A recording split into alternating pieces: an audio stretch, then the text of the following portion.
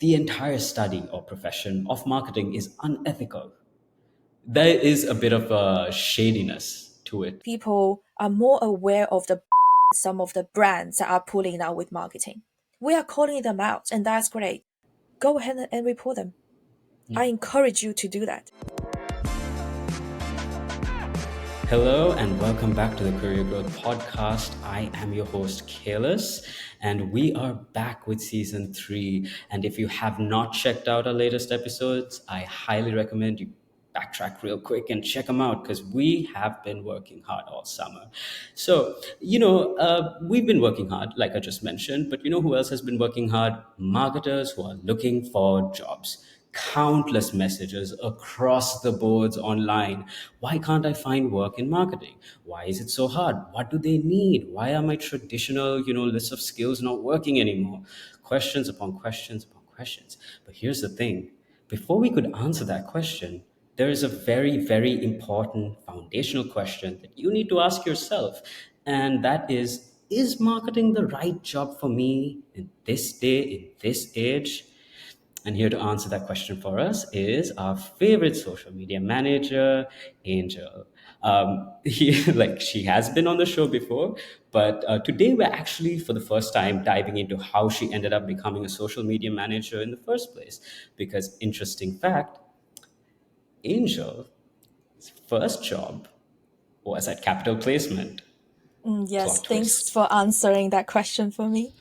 Yep, that's Okay, just a let's. that's just a teaser because how the heck did you become a manager so soon? People have that Mm, question, I'm sure, and that's what mm. we're gonna find out. So, hi, Angel, welcome back to the show. How are you feeling? How are you feeling about season 3? Great. I look forward to more content that you produce, Kayla's. And by the way, I just got back from a conference, so if my voice cracked every so slightly, just ignore that.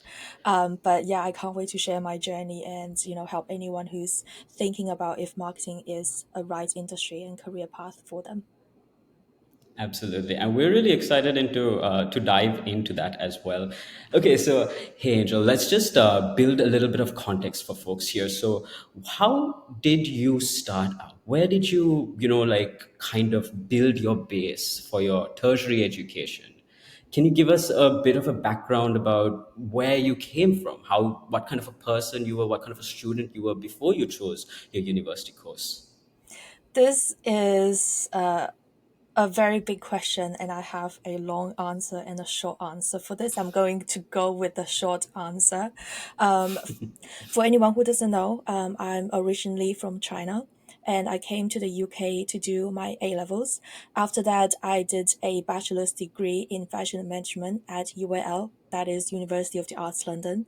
And after that, I did a master's in marketing at Queen Mary University of London.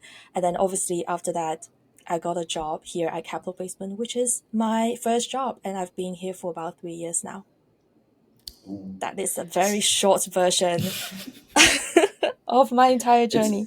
it's okay. We'll be diving into some of the deeper aspects of your journey real quick. But Mm, yeah, that was a great, in a nutshell, view of it. yes, So yes. the thing is that you were also an international student. Not just You're not just an international worker, you were an international student as well. So Mm, as someone who has studied abroad myself, I know that there are challenges that come with that. So let's talk a bit about the moment that you decided to move to the UK, because you've spent a significant chunk of your life here. So what mm. made you make that decision, and did your family react to it positively? What did they have any questions or concerns? How did you deal with that?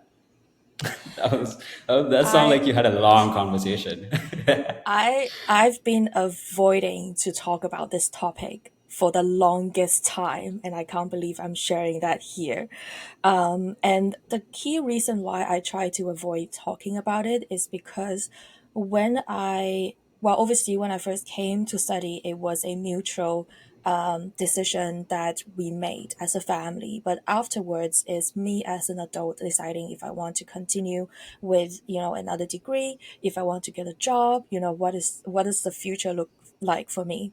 And at that time, I would go on social media, would go online and try to see other people's reason for staying in the UK. And what I have realized is everyone's reason is very, very different. Some people would say you are a bad child for wanting to stay in the UK and not going back to stay with your family. Some people would say, why do you want to stay in a country with such high taxes, you know, and away from your family? Some people would say there is a great work-life balance that you can have here if you can get a job. There'll be people who say that my family wants me to be here because they think there's better opportunities for me. So all of those nuances for me, I felt like that's why I don't normally share the reason why I decided to study and stay and work in the UK. And that is really because the reason is personal to everybody. And I think it's important for everyone to analyze your own pros and cons to why you want to do this and how that benefits you personally, because your situation is very different, you know, person to person is very different. And my reason will be completely unrelated to your reason. And, you know, most people's biggest reason to want to study or work abroad is because you want to have, I don't know, as a Chinese person, I'm going to be very straightforward, a better high paying job after we graduate when we go back to our home country, right? We're also looking at the opportunity to gain a global exposure, you know, the opportunity to experience living and study abroad, right? And we all know that globalization is a huge thing that's happening now. It's way beyond just economic trades. We are looking at the integration of education, of culture, of people. So I personally have identified this as a skills gap, like back in the time when I'm talking about like 8 years ago. Thinking that there's a huge market for me, for someone like me who could potentially be balancing the both and, you know, filled in that skills gap. But again, going back to the decision making process, I've, you know, very grateful to have my family to support me. Even now, if I say I miss home, they'll be like, "Who are you?" But not saying that I'm not supposed to miss.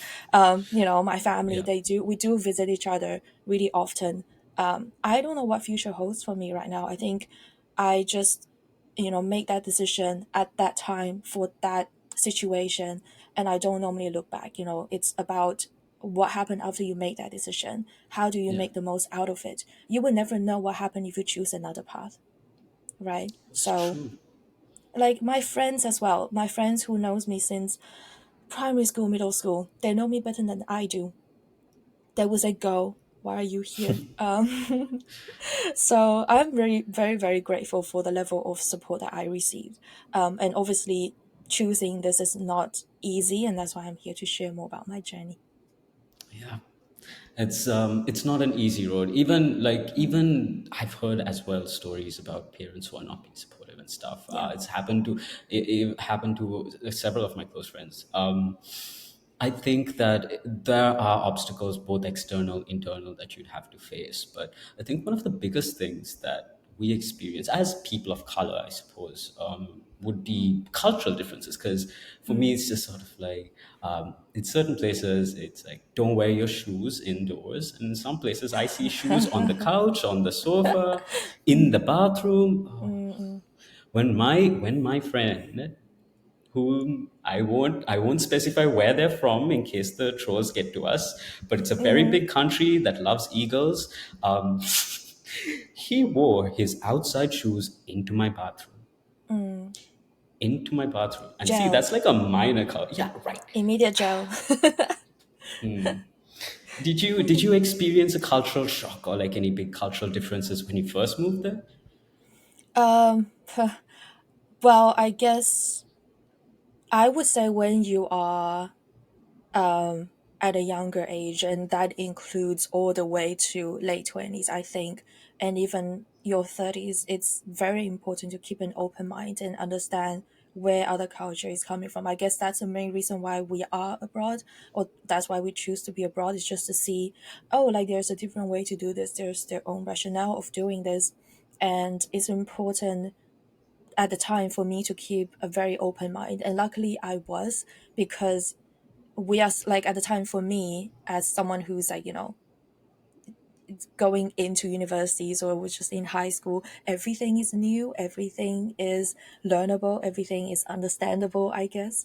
So like I kept an open mind and I tried to learn and understand everything. And again, that's the reason why we are where I was. But Yeah. if there's one thing I have to say, if there's one thing that is really bugging me when I first arrived in the UK, is people say you're right all the time.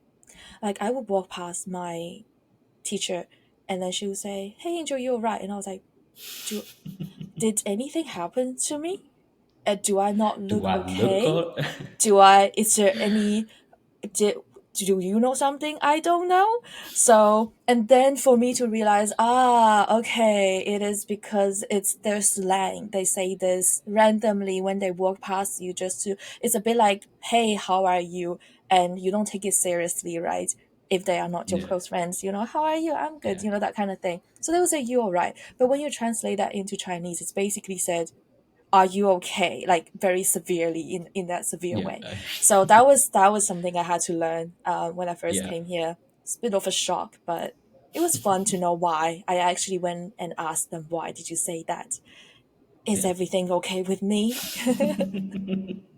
Were they concerned as well? Were they like, wait, no, no, that's not what They I were like, meant? "No, no, yeah, yeah, that was the thing." And I was like, "Oh, okay, there's cultural differences. Oh, okay, there's a slang. Okay, cool. I see. I Oh, won't take it seriously then." Yeah. let's talk about your marketing journey a little bit more. Now, you did do Mm, fashion first. Like yeah. you did have a lot of passion for fashion, right? So, what made you want to do a master's in marketing? Like, what motivated you to take that Mm, extra step of all the fields out there mm, to mm. branch from fashion? Yeah, sure.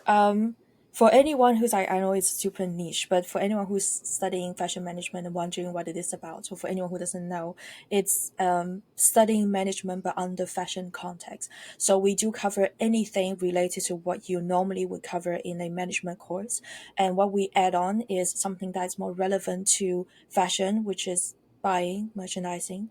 But everything else we do study like the basics of management, which includes HR, marketing, supply chain, finance, like everything. But we use fashion companies as a case study to analyze and understand why they did what they did.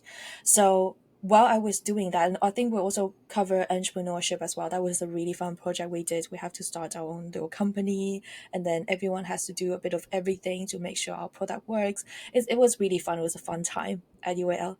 But yeah, I think throughout my studies, when I was having, the chance to learn almost everything, but in a short period of time. So we studied marketing for about 3 months in my year two.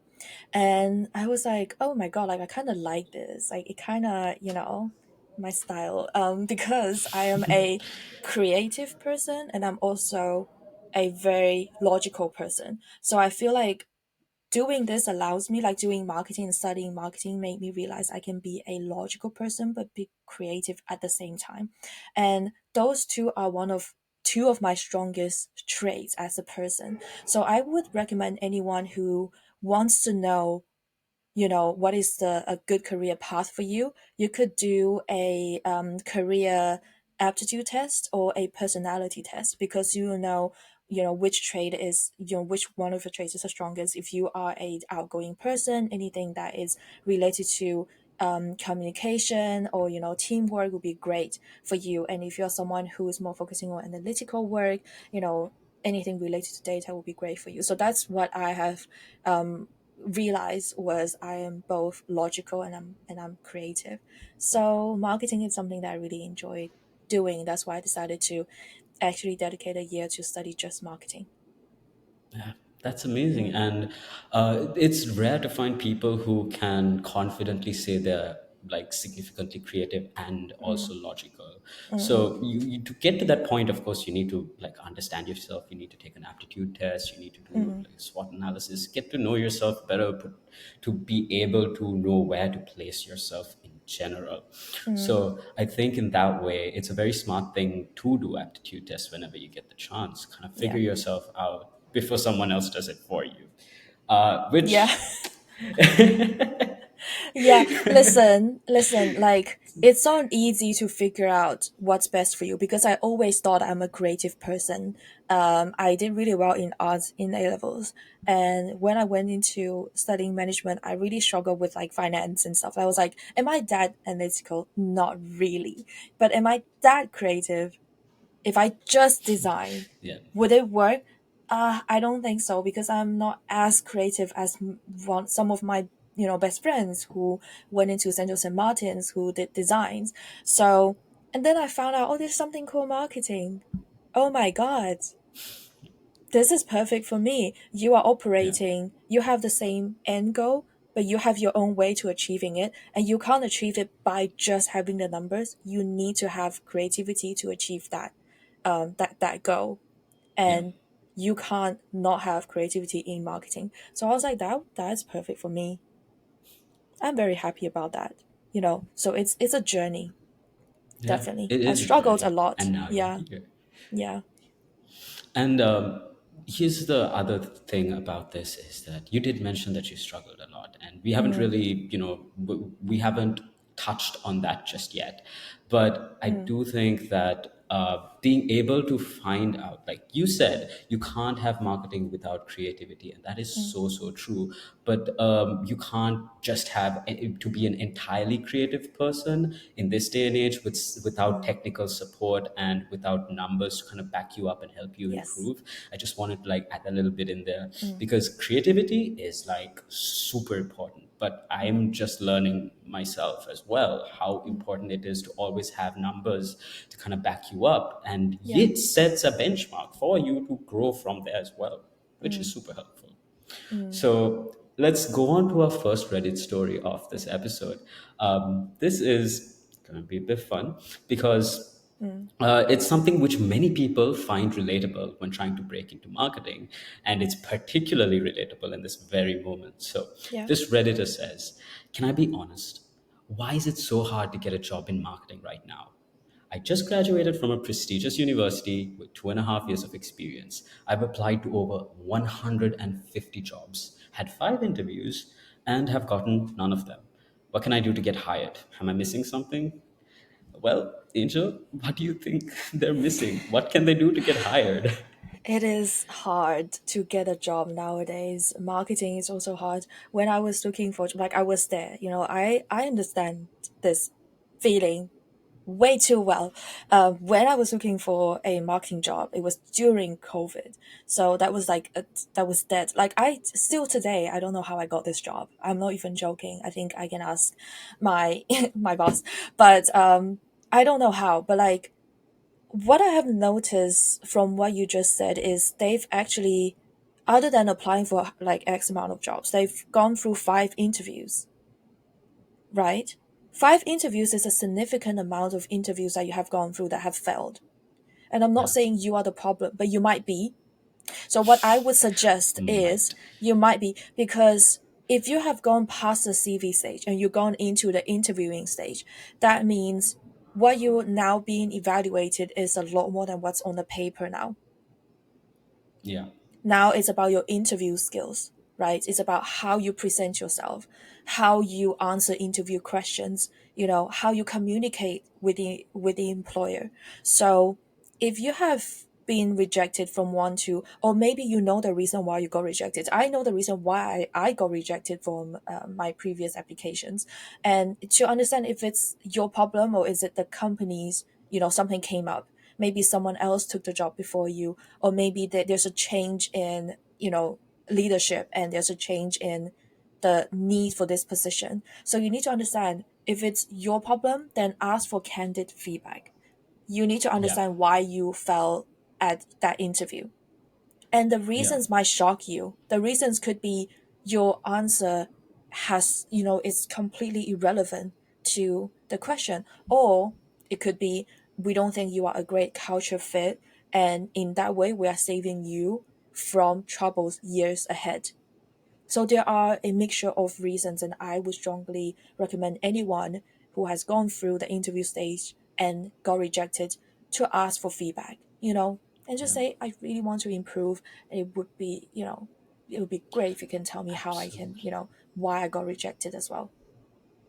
That's a step that a lot of candidates always forget. It's that they Yes. don't, even if they send a thank you email, they never Mm, ask for feedback. Even if they get like a rejection, mm, like in response, yeah. they don't ask for feedback. They just thank them and move on. But it's very helpful to ask for feedback, because Yeah. imagine you went to five different interviews and you asked them all for feedback. 5 different Even if all feedbacks. five of them, right? Yeah. If all of It them would don't help get you back so to much. you, just They any, would, like, yeah, that's the thing. yeah, You they can put the normally pieces would. together.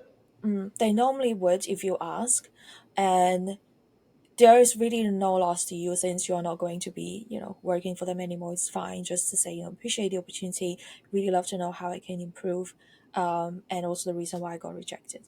And Yeah. most recruiters are very nice. Like our recruiters in our on our team are amazing people, probably one of the best. They're angels. They are Yeah. just so kind, so nice. They would Yeah, like their goal is to help candidates to get a job, and they absolutely. would help you out. And just to bring us back to your marketing journey from there on, but this in particular is about how it affected your perception of the world around you. To Mm, build some context again, I recall learning advertising in depth back in 2013. mm, So in 2013, I learned about advertising, and suddenly the world was different to me. Every time mm, I approached a new ad, I was suddenly seeing the thought process behind the creative team that put it out. And I can yeah. see where the supervisors may or may not have had a hand in changing some things up. You know, Uh-huh. like, yeah. So everything changed. I suddenly became a lot less susceptible to advertising. And now, as a generation, as a planet, we are more ad averse, Mm, not like we used to be. We used to be a little more wide-eyed, mm, Bambi's in the headlights. yeah. Things have changed, and learning that changed my brain patterns. I Mm. want to know: did studying marketing also change the way that you perceived the world? And were you able to see, like, and understand different markets and different cultural nuances through that? And in what ways? Mm, mm. I resonate with you a lot with like seeing ads very differently nowadays. Like with me and my friends who study marketing or work in marketing, we love to share like ads and be like, I don't see why they do this or where this is coming from, and we probably have our own reasons as to why their team decided to make that decision. It's really fun, for us to investigate that, and maybe we can learn a thing or two. If you haven't been to London, London Underground has like a lot of ads around, like it's ads everywhere on the tube, and also when you're waiting for the tube, it's everywhere. And while you were waiting, it's just, the thing that you can do there is to look at the ads. And in my head, I'll be analyzing them and think about why they are the way they are. And studying marketing made me realize that we are, the entire world, I would say, is operating based Yeah, on very similar theories. If you study marketing, you understand a few theories that are almost universal. And what happened after knowing the theories would be doing the right research and then come up with a strategy, and then you put on implications. And research is the part where it changes how you use the theory and how you come up with a strategy. So, for example, when I first studying marketing, we studied something like related to storytelling, I remember. And we use John Lewis as an example. So John Lewis is a department store in London, and their Christmas campaign is probably the one campaign that everyone look forward to every year because they do really well. They have a really nice story. They emotionally connect with their audience, but not me. yeah. I was like, yes, it's a great clip, but I don't resonate with it because I'm Chinese. Like we don't celebrate Christmas religiously. So for us, it would be hard to have that understanding. So yes, we understand that storytelling is a great way to have emotional connection with the audience, but you need to know what story, whose story, how to present that story Yeah. in order for it to be effective. So I guess I answer your question, Kayla's. Yes, I think that there are some stories that hit all the right boxes, Mm, like Thai advertisements. They make the entire world cry with them. That is just mm, so far-reaching that it doesn't matter which continent you're on. Okay, doesn't matter which country you're in. You Mm, watch that poor old man with that dog that he finds and returns to the actual owner, and you're just falling. You're like, mm, how could this happen? But yeah, it's just finding the right, the audience, what kind of whose story you're telling, what kind of story you're telling. All of this is really super super important, and I agree with you. If I were to, like, I've never heard of, I'm not sure if I've watched any of the shows. I'm in mm. my head, I mean, not shows, the advertisements, but I'm thinking of like these animated ads with the little jingles and that like cute little John Lewis. I can send it to you. You can take a look oh afterwards. yes. Yeah. That would be nice. So that's what I'm like picturing, and usually with an emotional Christmas story. But Yeah. yeah, it's Yeah. just how it is. So I get it, I understand, Small but child girl it's with an old man. Ah, very cute. Very, very touching. Yeah.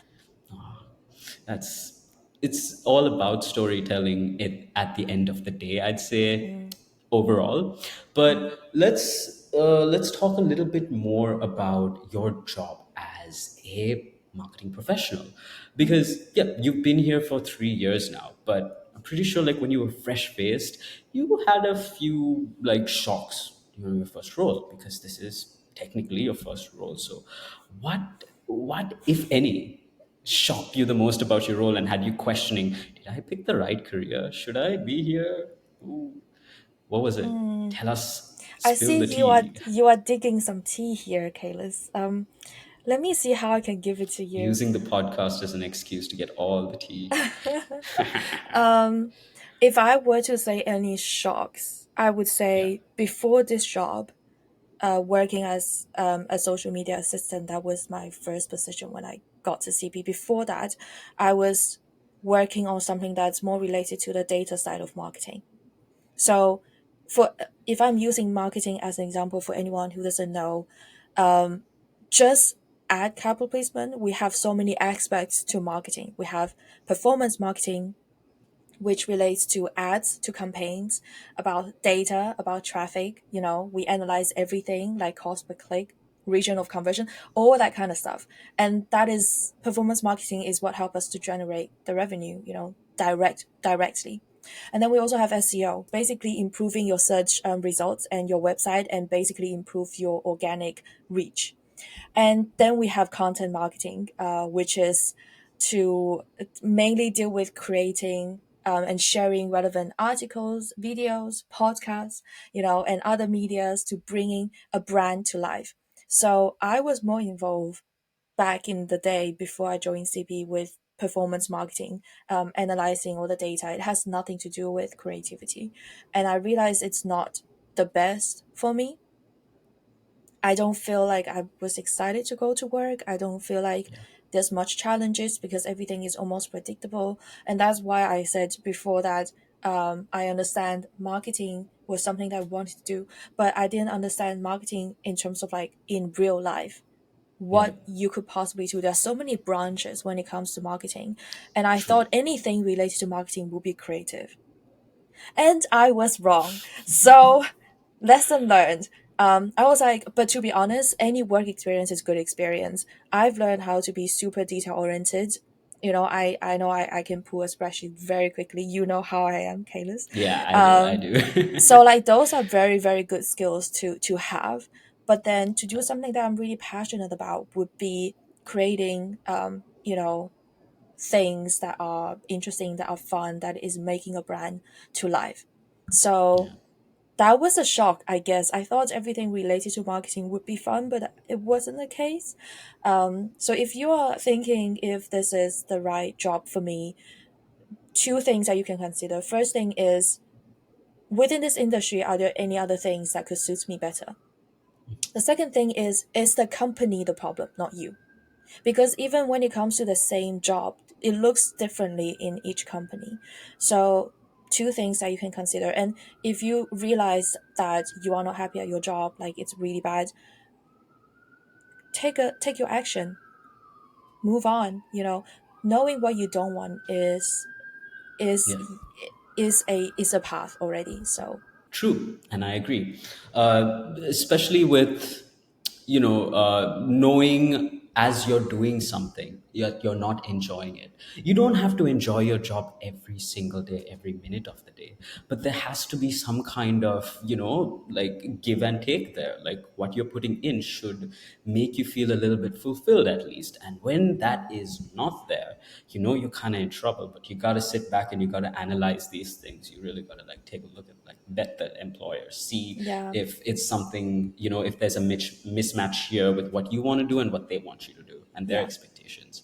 Mm. So it's really good to analyze it. And here's the thing: you did go from such a data heavy job to your current, like position here at CP, which is like a kind of a balance between both. As a manager, you have to deal with so many numbers and spreadsheets and whatnot. But here's the thing: I'm glad that this outcome happened for you. But let's say your first marketing experience had gone a little bit differently. What would have happened? That's what this Redditor wants to know. So on to Mm. our next Reddit story, where they've asked those of you who hate your career as marketer, what do you genuinely wish you did instead? Now, I don't hate my career as a marketer, but I do think it's kind of funny Mm-hmm. that I did have, like every person in marketing I spoke to actually had a completely different career plan, like when they were younger. And this Mm. is sort of like it Yeah. kind of evolved, and I kind of like landed at marketing Mm. as I realized this is what I want to do, because it feels like it just kind of unravels and does that. Mm. So, how about you? Let's say you actually hated your first experience and you really did not like to do marketing. What would you have rather done at that position, in that position? What would you have rather chosen? If I hated it, I would change my job. Period. I was If like there's one waiting thing for that, if the there's one extension to thing, that. yeah, there's no extension. If you really don't like what you do something else. But what would you have done? Like if you had Mm. choice, like what would you have opted for in terms of fields? I am extremely lucky to be in marketing. Like I wish to continue to work in marketing. Yeah, But for someone who, let's say, you do something and you really don't like it, I've spoken to people who have worked in the field that they thought they like, because when they were studying it, they enjoyed it, but when they were actually doing the job, they hated it.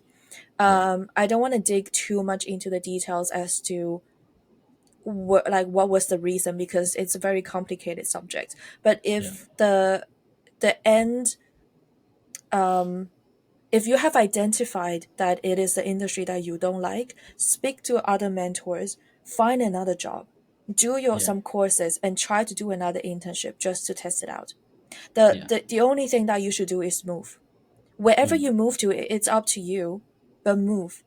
Because the longer you stay in the field that you don't like, the more you are wasting your time doing something you don't like. But well, at least you get paid for it. But leaving that on the side. yeah, Move. The quicker you move, yeah, the sooner you find something that's more suitable for you. yeah. And like people view that like moving frequently, they view it as you're moving too frequently. You don't have to be moving too frequently. You just need to find something that fits. You don't want to be Mm. the piece in the puzzle that's jutting out. Because if you aren't in alignment with what the company wants, and the company is also not in alignment with what you want, neither of you all are benefiting from this Here's relationship. Yeah, here's what I can do. I'm not suggesting anyone to move aimlessly. You should do an analysis of yourself. Let's say, for example, me as an example, I would maybe circle fashion, marketing, design, and then see how many of them overlap. I currently don't want to work anything related to fashion. So marketing, and then Yeah, marketing in what industry. So like you can make an analysis. For me, any yeah, industry for me right now would be fun to be involved in, because I enjoy doing marketing as itself. So, I yeah, love having a challenge. But for someone who, let's say, you have studied maybe business or management, and you're like, okay, I have a few brackets. I have finance, I have, I don't know, data analytics, I yeah, have business development, and I have sales. And then what are within those jobs are the key traits for those jobs? Sales, maybe true. we're looking at communication, we're looking at um, creating a personal interaction, be on the job every single day, as in like on site in most cases. I'm very extroverted. See how much of those are you, right? So just narrow it down and then maybe identify a few things and then give it a try. No one is going to blame you for trying, because I've tried so many different things before I landed this job. I worked as sales before, and then I worked in a restaurant, and then I worked for a startup, a literal startup, two-person. I work for digital marketing, and then I also intern for a company to work with data. And what I have, analyze the entire experience at the end of the day is, okay, I Yeah. like, doing this, I like doing this, I don't like that, I don't like that, I don't like that. Hmm. Okay, then there's a direction for me. Let me try something else. And this is a Yeah. try for me. I'm not gonna lie, this is a try that worked. Mm. Something is gonna work. Be Yeah. positive. Mm. Be positive. Something is gonna work. Mm. You said something very interesting that I think even our audience can benefit from. So this Mm. conversation was just to like cover your journey thus far. Even though like CP is your first like proper rooted role, you did do other work before you did CP. Yeah. Before you got into CP, like you mentioned, you were in sales. You did this data related work. What was that situation like? How come we don't consider that a job? Was it an internship? Were they like short term, Yeah. experiences? Was it a freelance situation? How Yeah. did you Yeah. accumulate the Mm. experience? Yeah, all of them I try to do like as temps. I try to do during turn times because Yeah. I try to utilize all of my breaks, especially summer breaks in the UK. It's 3 month long. It is too long. So I would Oh no, no, no, try. no! I'll Don't try say to that. The do. kids are going to come for us. That'll be okay. I try to like do. Collect as much work experience as I possibly can. And even though I did all of those, which I thought I did a great job, wasn't Yeah. enough. I still receive hundreds of rejections, and obviously as a first time job hunter, I didn't know that was the norm. I thought I was the problem. So if you are, it's not you, it's normal. You will eventually you find something that's suitable for you for sure. Someone will Yeah. recognize you and your potential and you work out. Yeah.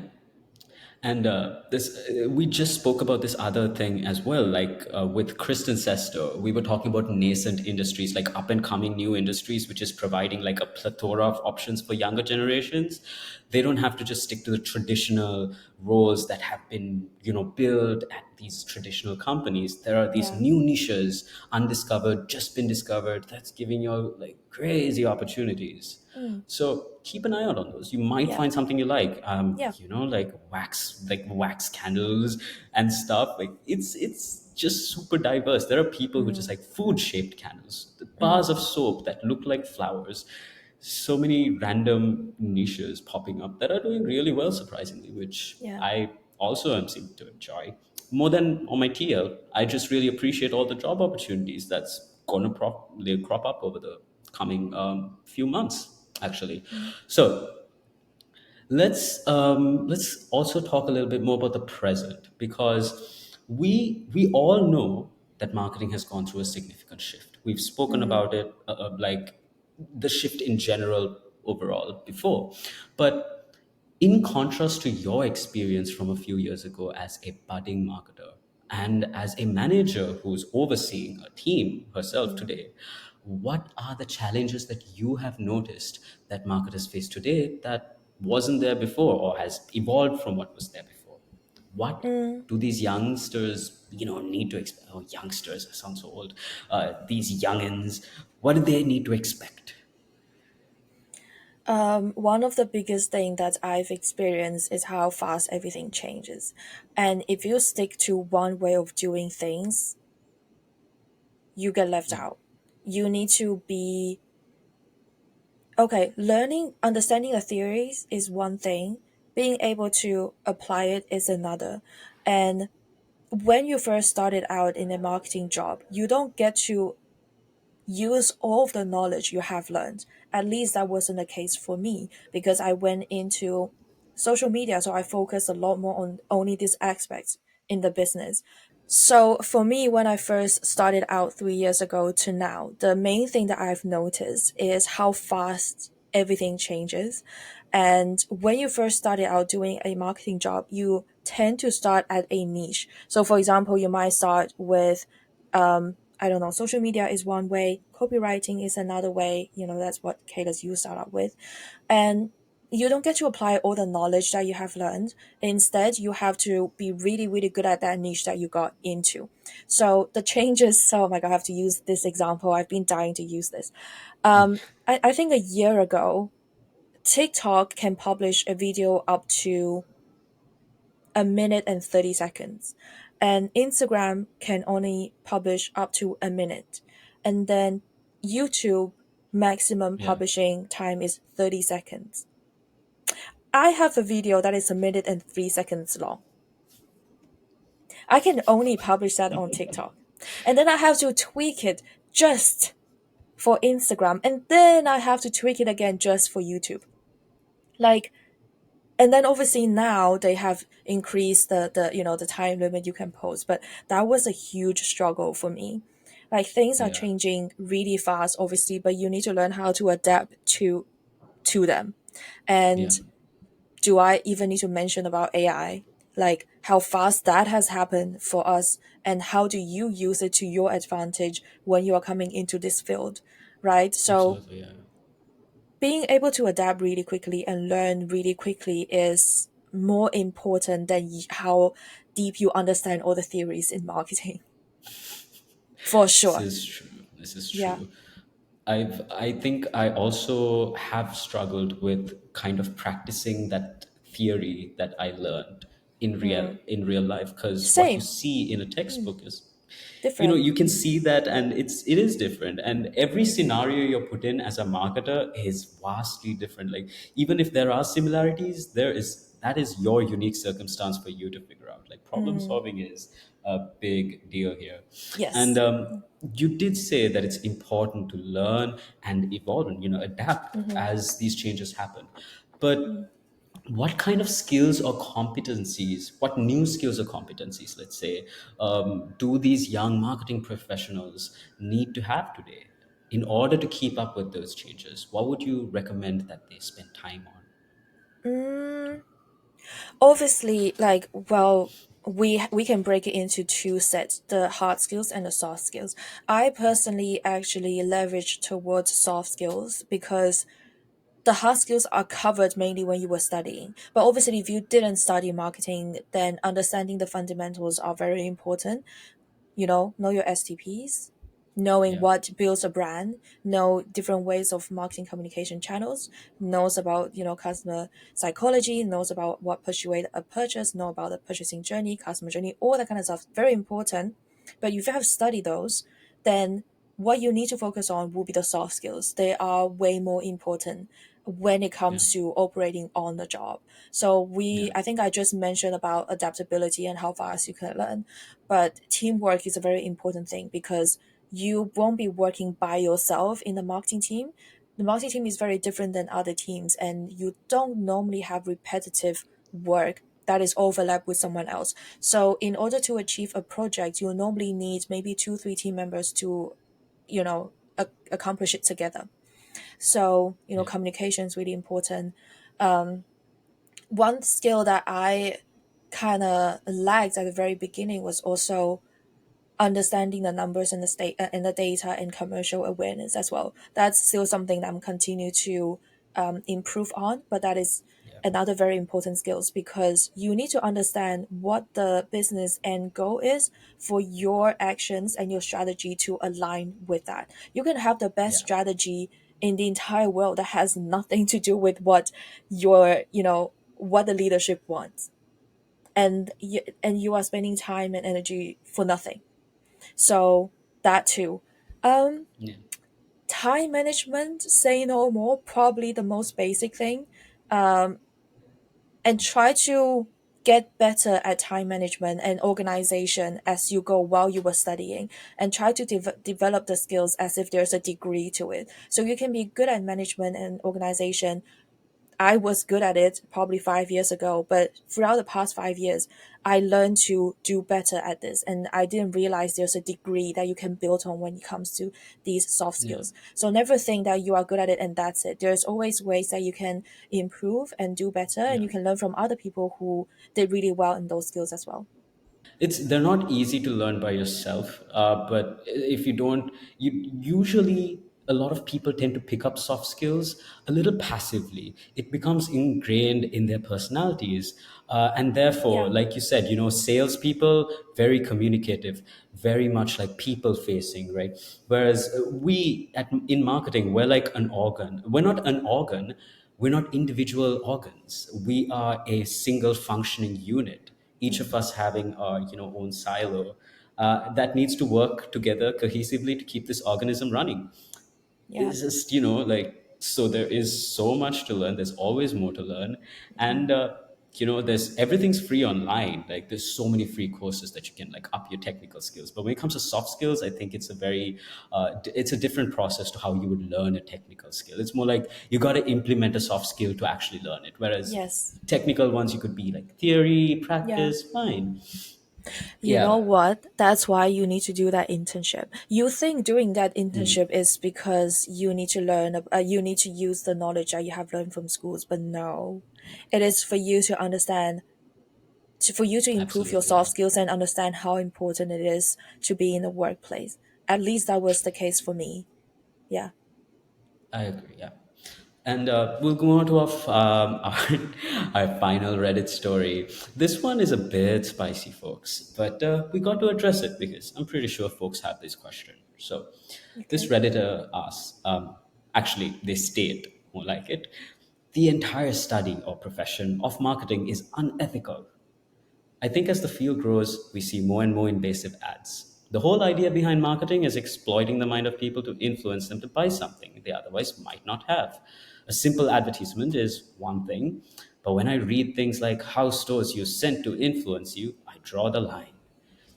Well, the sense to influence me is so Mm-hmm. true. Like, there, Mm-hmm. I know a store that I'm gonna like the moment I smell it. Like, Yeah. but yes, Bath and Body Works. Uh, Mm. but yes, what do you think about this? Do you have a response to this person? We probably need another 3 hours to go through this, but I can. Here's the thing: like, I can confirm that using scent to influence you is a real thing.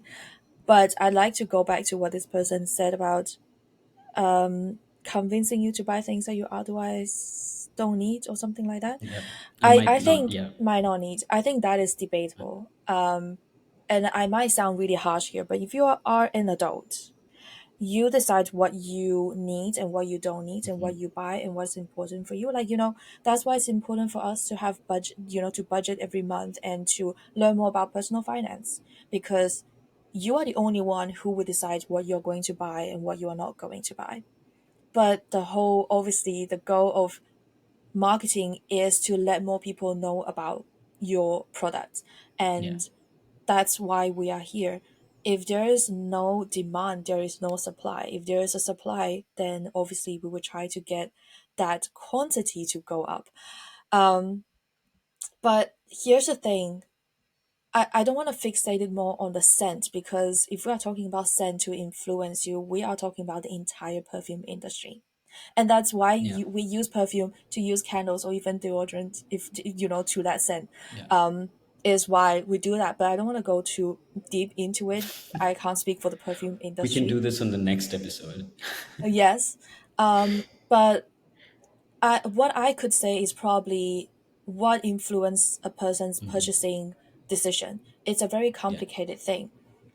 The main reason why someone purchases it is because of the price, because of the quality, because of your personal preference. And then if we look at the broader scope, we're looking at economic, cultural, social factors. Scent is a good to have, but it's not going to influence you in terms of actually purchasing that product.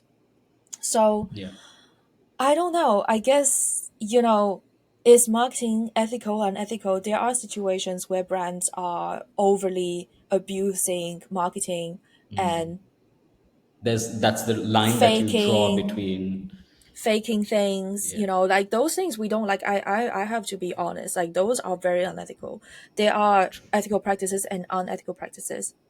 What I like absolutely. to see nowadays is, including this person, we have a lot more conscious consumers. That means people are more aware of the bullshit some of the brands that are pulling out with marketing. We are Yeah. calling them out, and that's great. On social media front, I see a lot more brands that are more focusing on making marketing fun for their customers, making it engaging in a good Yeah. way instead of a bad way. Because of all of these conscious customers that are calling them out, brand has to hold accountable for things that they do. And we are looking at brands that care more about sustainability in the past 5 years, which they Yeah. otherwise really wouldn't if it weren't for how much customers are now valuing a brand's ethics and Yeah. CSR practices, right? So it is obviously it's debatable, but there are good brands with good marketing practices, and there are bad ones. I have to Absolutely. admit to that. Mm. Yeah. And diving into how to differentiate between the two would be a whole other Whole episode another because it episode. is too much. It's There a is no lot, yeah. time. There's But no we, time. yeah, what we can say is there are more and more regulations when it comes to Yeah. advertisements and marketing. And even Yeah. for our ads, it needs to get approved. And if it's about social media content that doesn't get approved that you can publish, they normally have a way for you to report a content if you think they are unethical. So go ahead and do it.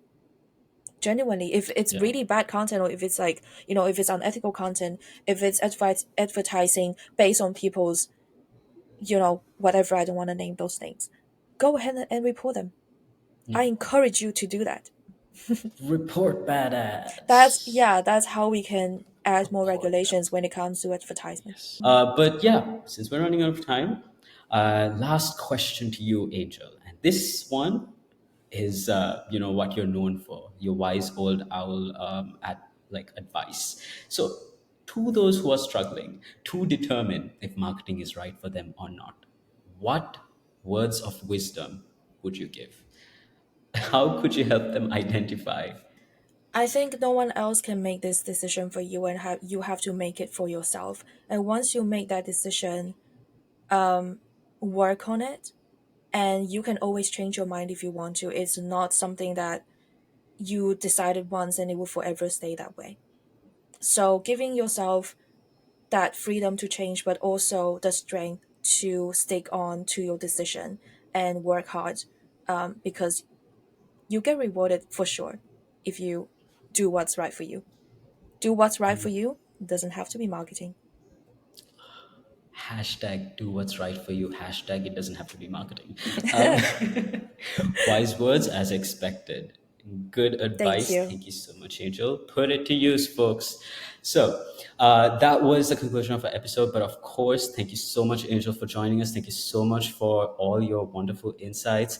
And everyone, please go follow us on TikTok and Instagram. We're also on Pinterest. And of course, check out our site, check out our blog, and listen to us on Apple Podcasts, Spotify, and YouTube. Then, Angel, Thank you so much for listening. Bye. thank you. It was just like I was just Angel was just for a second like, am I expected to acknowledge you now? I've done. No, I'm just kidding. Okay, then. See you next week, folks. Goodbye. Bye. Bye. Do you want to do that ending again? Do you want me to end this recording? I think when I I feel say like thank I was going to you, say, yeah, when I say thank you for listening, I think that is where that Josh was can cut yeah. it. Josh, please cut after she says thank you for listening. Mm. Okay, bye.